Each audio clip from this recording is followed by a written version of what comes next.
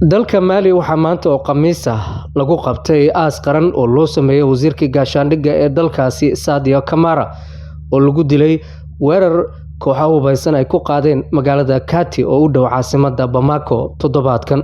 Munaasabad weyn oo ay ka soo qayb galeen mas'uuliyiinta sarsare ee dalkaasi ayaa saaka abaara 10kii waqtiga maxalliga ee dalkaasi Mali lagu qabtay garoonka ciidamada qalabka sida ee dalkaasi. Waxaa halkaasi la keenay naxash uu ku jiro meydka wasiirkii gaashaandhigga iyadoo ciidamada ay soo bandhigayeen dhoolatus military. Taliyaha guud ee ciidamada qalabka sida ahna hogaamiyaha ku-meel gaarka ee dalkaasi Assimi Gota ayaa hogaaminayay aaska qaran.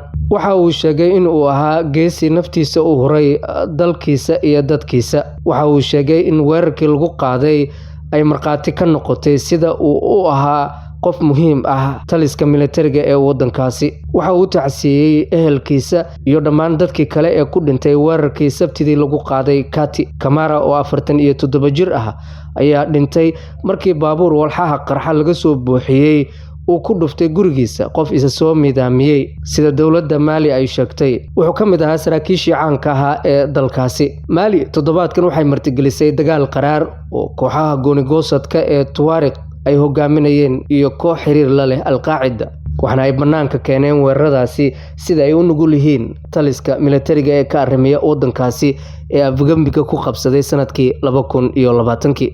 Weerarkan ayaa la sheegay inay ku dhinteen dad ka badan 2500.